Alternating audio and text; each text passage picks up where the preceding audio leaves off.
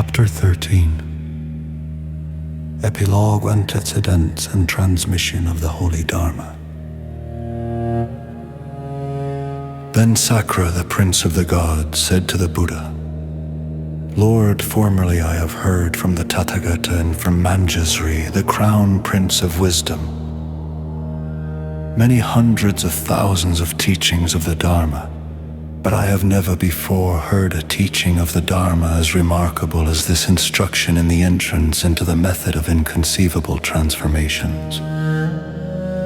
Lord, those living beings who, having heard this teaching of the Dharma, accept it, remember it, read it, and understand it deeply will be, without a doubt, true vessels of the Dharma. There is no need to mention those who apply themselves to the yoga of meditation upon it. They will cut off all possibility of unhappy lives, will open their way to all fortunate lives, will always be looked after by all Buddhas, will always overcome all adversaries, and will always conquer all devils. They will practice the path of the bodhisattvas, will take their places upon the seat of enlightenment, and will have truly entered the domain of the Tathagatas. Lord, the noble sons and daughters who will teach and practice this exposition of the Dharma will be honored and served by me and my followers. To the villages, towns, cities, states, kingdoms, and capitals wherein this teaching of the Dharma will be applied, taught and demonstrated, I and my followers will come to hear the Dharma. I will inspire the unbelieving with faith, and I will guarantee my help and protection to those who believe and uphold the Dharma. At these words, the Buddha said to Sakra, the Prince of the Gods, Excellent. Excellent, Prince of Gods, the Tathagata rejoices in your good words, Prince of Gods. The enlightenment of the Buddhas of the past, present, and future is expressed in this discourse of Dharma. Therefore, Prince of Gods, when noble sons and daughters accept it, repeat it, understand it deeply, write it completely, and, making it into a book, honor it. Those sons and daughters thereby pay homage to the Buddhas of the past, present, and future.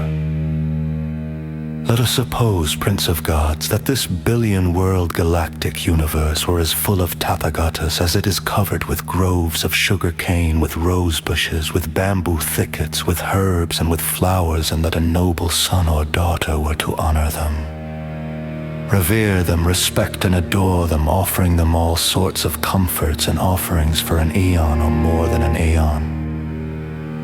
And let us suppose that these Tathagatas, having entered ultimate liberation, he or she honored each of them by enshrining their preserved bodies in a memorial stupa made of precious stones, each as large as a world with 4 great continents, rising as high as the world of Brahma, adorned with parasols, banners, standards, and lamps. And let us suppose finally that, having erected all these stupas for the Tathagatas, he or she were to devote an aeon or more to offering them flowers, perfumes, banners, and standards while playing drums and music. That being done, what do you think, Prince of Gods? Would that noble son or daughter receive much merit as a consequence of such activities? Sakra, the Prince of Gods, replied, Many merits, Lord, many merits, O Sugata. Were one to spend hundreds of thousands of millions of eons, it would be impossible to measure the limit of the mass of merits that noble son or daughter would thereby gather. The Buddha said, Have faith, Prince of Gods, and understand this. Whoever accepts this exposition of the Dharma called instruction in the inconceivable liberation, recites it and understands it deeply, he or she will gather merits even greater than those who perform the above acts. Why so? Because, Prince of Gods, the enlightenment of the Buddhas arises from the Dharma, and one honors them by the Dharma worship and not by material worship. Thus it is taught, Prince of Gods. And thus you must understand it. The Buddha then further said to Sakra, the Prince of Gods, once Prince of Gods long ago, long before eons more numerous than the innumerable, immense, immeasurable, inconceivable. And even before then, the Tathagata called Vaisajiraja appeared in the world. A saint, perfectly and fully enlightened, endowed with knowledge and conduct, a blissful one, knower of the world, incomparable knower of men who need to be civilized, teacher of gods and men. A Lord, a Buddha. He appeared in the eon called Vikarana, in the universe called Mahavyuha. The length of life of this Tathagata Vaisajiraja, perfectly and fully enlightened one, was 20 short aeons. His retinue of disciples numbered 36 million billion, and his retinue of bodhisattvas numbered 12 million billion in that same era, Prince of Gods. There was a universal monarch called King Ratnakshatra, who reigned over the 4 continents and possessed 7 precious jewels. He had 1,000 heroic sons, powerful, strong, and able to conquer enemy armies. This King Ratnakshatra honored the Tathagata Vaisajiraja and his retinue with many excellent offerings during 5 short aeons. At the end of this time, the King Ratnakshatra said to his sons, recognizing that during my reign, I have worshipped the Tathagata. In your turn, you also should worship him. The 1,000 princes gave their consent, obeying their father, the king, and altogether during another 5 short aeons, they honored the Tathagata Vaisajiraja with all sorts of excellent offerings. Among them, there was a prince by the name of Chandrakshatra, who retired into solitude and thought to himself, is there not another mode of worship, even better and more noble than this? Then, by the supernatural power of the Buddha Vaisajiraja, the gods spoke to him from the heavens, good man, the supreme worship is the Dharma worship. Chandrakshatra asked them, what is this Dharma worship? The gods replied, good man, go to the Tathagata Vaisajiraja. Ask him about the Dharma worship and he will explain it to you fully. Then the Prince Chandrakshatra went to the Lord Vaisajiraja, the saint, the Tathagata, the insuperably perfectly enlightened one, and having approached him, bowed down at his feet, circumambulated him to the right 3 times and withdrew to one side. He then asked, Lord, I have heard of a Dharma worship, which surpasses all other worship. What is this Dharma worship? The Tathagata Vaisajiraja said, noble son, the Dharma worship is that worship rendered to the discourses taught by the Tathagata. These discourses are deep and profound in illumination. They do not conform to the mundane and are difficult to understand. Difficult to see and difficult to realize, they are subtle, precise, and ultimately incomprehensible. As scriptures, they are collected in the canon of the bodhisattvas, stamped with the insignia of the king of incantations and teachings.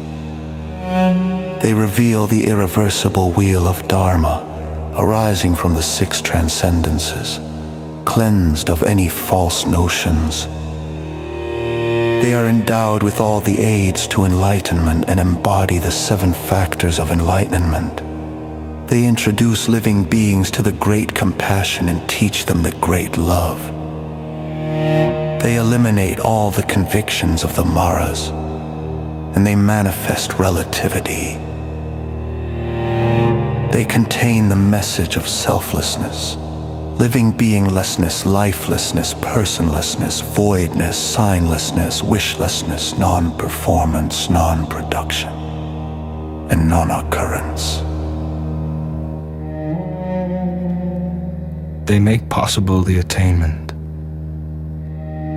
of the seat of enlightenment and set in motion the wheel of the Dharma.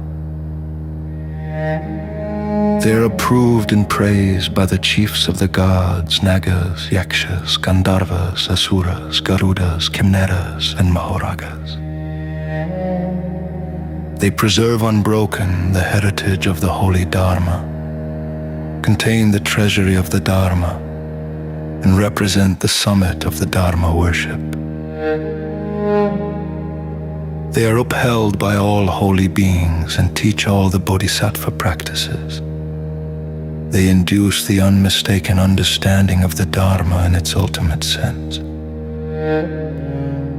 They certify that all things are impermanent, miserable, selfless, and peaceful, thus epitomizing the Dharma. They cause the abandonment of avarice, immorality, malice, laziness, forgetfulness, foolishness, and jealousy,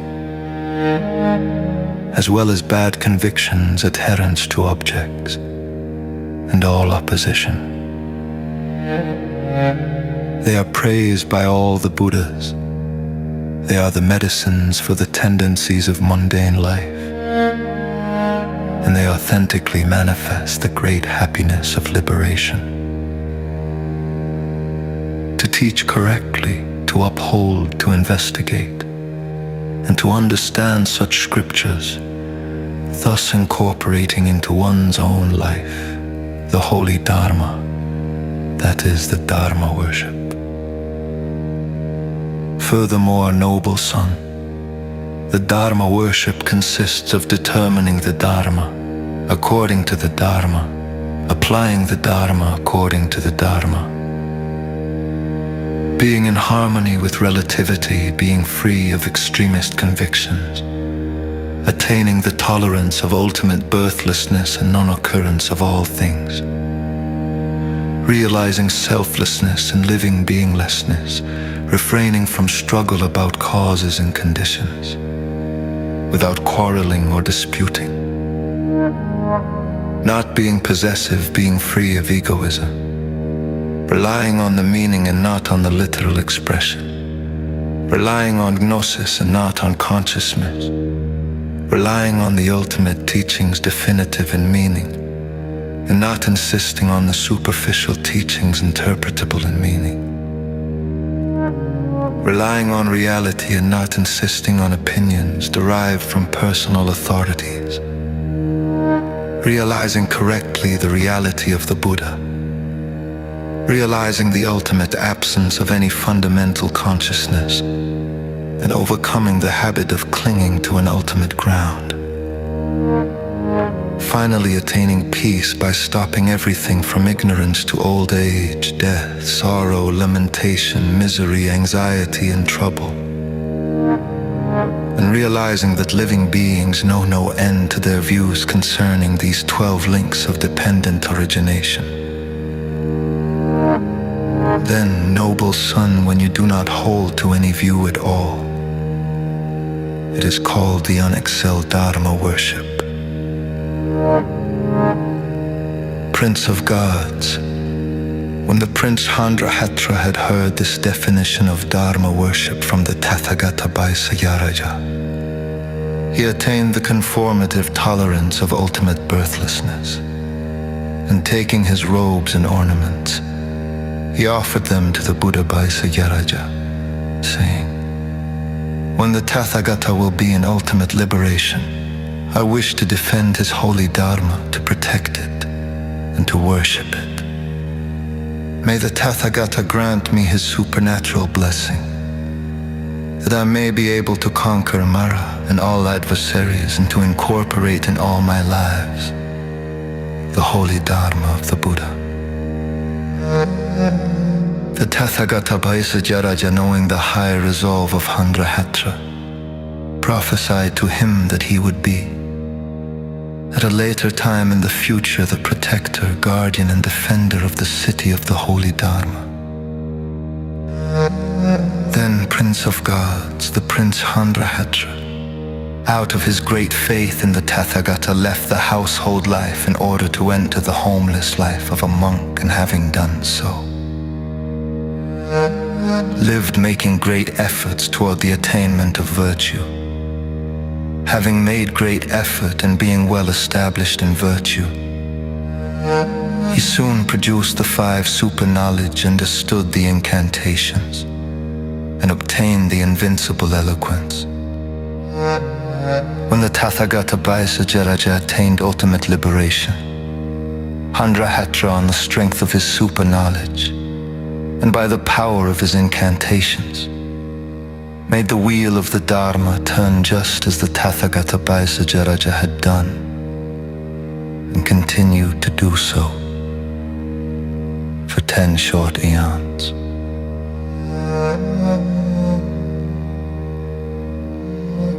Prince of Gods, while the monk Chandrachatra was exerting himself thus to protect the holy Dharma, thousands of millions of living beings reached the stage of irreversibility on the path to unexcelled perfect enlightenment. 14 billion living beings were disciplined in the vehicles of the disciples and solitary sages, and innumerable living beings took rebirth in the human and heavenly realms. Perhaps, Prince of Gods, you are wondering or experiencing some doubt about whether or not, at that former time, the King Ratnakshatra was not some other than the actual Tathagata Ratnartsis. You must not imagine that, for the present Tathagata Ratnartsis was at that time, in that epoch, the universal monarch Ratnakshatra. As for the 1,000 sons of the King Ratnakshatra, they are now the 1,000 bodhisattvas of the present blessed aeon, during the course of which 1,000 Buddhas will appear in the world. Among them, Krakuchanda and others are already born, and those remaining will still be born from Kakutsunda up to the Tathagata Roka, who will be the last to be born. Perhaps, Prince of Gods, you are asking yourself if in that life, in that time, the Prince Chandrachatra who upheld the holy Dharma of Lord Tathagata Vaisajaraja was not someone other than myself. But you must not imagine that, for I was, in that life, in that time, the Prince Chandrachatra. Thus it is necessary to know, Prince of Gods, that among all the worships rendered to the Tathagata, the Dharma worship is the very best. Yes, it is good, eminent, excellent, perfect, supreme, and unexcelled. And therefore, Prince of Gods, do not worship me with material objects, but worship me with the Dharma worship. Do not honor me with material objects, but honor me by honor to the Dharma. Then the Lord Shakyamuni said to the bodhisattva Maitreya, the great spiritual hero, I transmit to you, Maitreya, this unexcelled, perfect enlightenment which I attained only after innumerable millions of billions of aeons, in order that at a later time, during a later life, a similar teaching of the Dharma, protected by your supernatural power, will spread in the world and will not disappear. Why, Maitreya? In the future there will be noble sons and daughters, Devas, Nagas, Yakshas, Gandharvas, and Asuras, who, having planted the roots of virtue, will produce the spirit of unexcelled, perfect enlightenment. If they do not hear this teaching of the Dharma, they will certainly lose boundless advantages and even perish, but if they hear such a teaching, they will rejoice, will believe, and will accept it upon the crowns of their heads. Hence, in order to protect those future noble sons and daughters, you must spread a teaching such as this. Maitreya, there are 2 gestures of the bodhisattvas. What are they? The first gesture is to believe in all sorts of phrases and words, and the second gesture is to penetrate exactly the profound principle of the Dharma without being afraid. Such are the two gestures of the Bodhisattva's Maitreya. It must be known that the Bodhisattvas who believe in all sorts of words and phrases and apply themselves accordingly are beginners and not experienced in religious practice. But the Bodhisattvas who read, hear, believe, and teach this profound teaching with its impeccable expressions, reconciling dichotomies and its analysis of stages of development, these are veterans in the religious practice. Maitreya, there are two reasons the beginner bodhisattvas hurt themselves and do not concentrate on the profound Dharma. What are they? Hearing this profound teaching never before heard, they are terrified and doubtful, do not rejoice and reject it, thinking, and whence comes this teaching never before heard? They then behold other noble sons accepting, becoming vessels for and teaching this profound teaching. And they do not attend upon them, do not befriend them, do not respect them, and do not honor them. And eventually they go so far as to criticize them. These are the two reasons the beginner bodhisattvas hurt themselves and do not penetrate the profound Dharma. There are two reasons the bodhisattvas who do aspire to the profound Dharma hurt themselves and do not attain the tolerance of the ultimate birthlessness of things. What are these two? These bodhisattvas despise and reproach the beginner bodhisattvas who have not been practicing for a long time, and they do not initiate them or instruct them in the profound teaching. Having no great respect for this profound teaching, they are not careful about its rules. They help living beings by means of material gifts and do not help them by means of the gift of the Dharma. Such Maitreya are the two reasons the bodhisattvas who aspire to the profound Dharma hurt themselves and will not quickly attain the tolerance of the ultimate birthlessness of all things. Thus, having been taught, the bodhisattva Maitreya said to the Buddha, "Lord, the beautiful teachings of the Tathagata are wonderful and truly excellent. Lord, from this time forth I will avoid all such errors and will defend and uphold this attainment of unexcelled, perfect enlightenment by the Tathagata during innumerable hundreds of thousands of millions of billions of eons. In the future, I will place in the hands of noble sons and noble daughters who are worthy vessels of the holy Dharma this profound teaching. I will instill in them the power of memory with which they may, having believed in this teaching, retain it, recite it, penetrate its depths, teach it, propagate it, write it down, and proclaim it extensively to others. Thus I will instruct them, Lord, and thus it may be known that in that future time those who believe in this teaching and who enter deeply into it will be sustained by the supernatural blessing of the Bodhisattva Maitreya." Thereupon the Buddha gave his approval to the Bodhisattva Maitreya. "Excellent, excellent, your word is well given. The Tathagata rejoices and commends your good promise." Then all the bodhisattvas said together in one voice, "Lord, we also, after the ultimate liberation of the Tathagata, will come from our various Buddha fields to spread far and wide this enlightenment of the perfect Buddha. May all noble sons and daughters believe in that." Then the four Maharajas, the great kings of the quarters, said to the Buddha, "Lord, in all the towns, villages, cities, kingdoms, and palaces, wherever this discourse of the Dharma will be practiced, upheld, and correctly taught, we, the four great kings, will go there with our armies, our young warriors, and our retinues to hear the Dharma. And we will protect the teachers of this Dharma for a radius of 1 league, so that no one who plots injury or disruption against these teachers will have any opportunity to do them harm." Then the Buddha said to the Venerable Ananda, "Receive then, Ananda. this expression of the teaching of the Dharma, remember it and teach it widely and correctly to others. Ananda replied, I have memorized, Lord, this expression of the teaching of the Dharma. But what is the name of this teaching, and how should I remember it?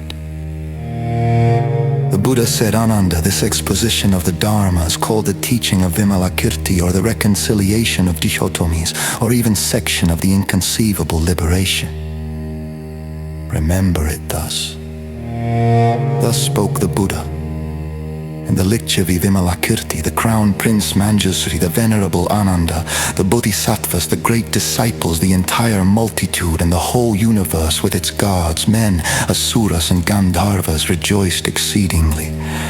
All heartily praised these declarations by the Lord.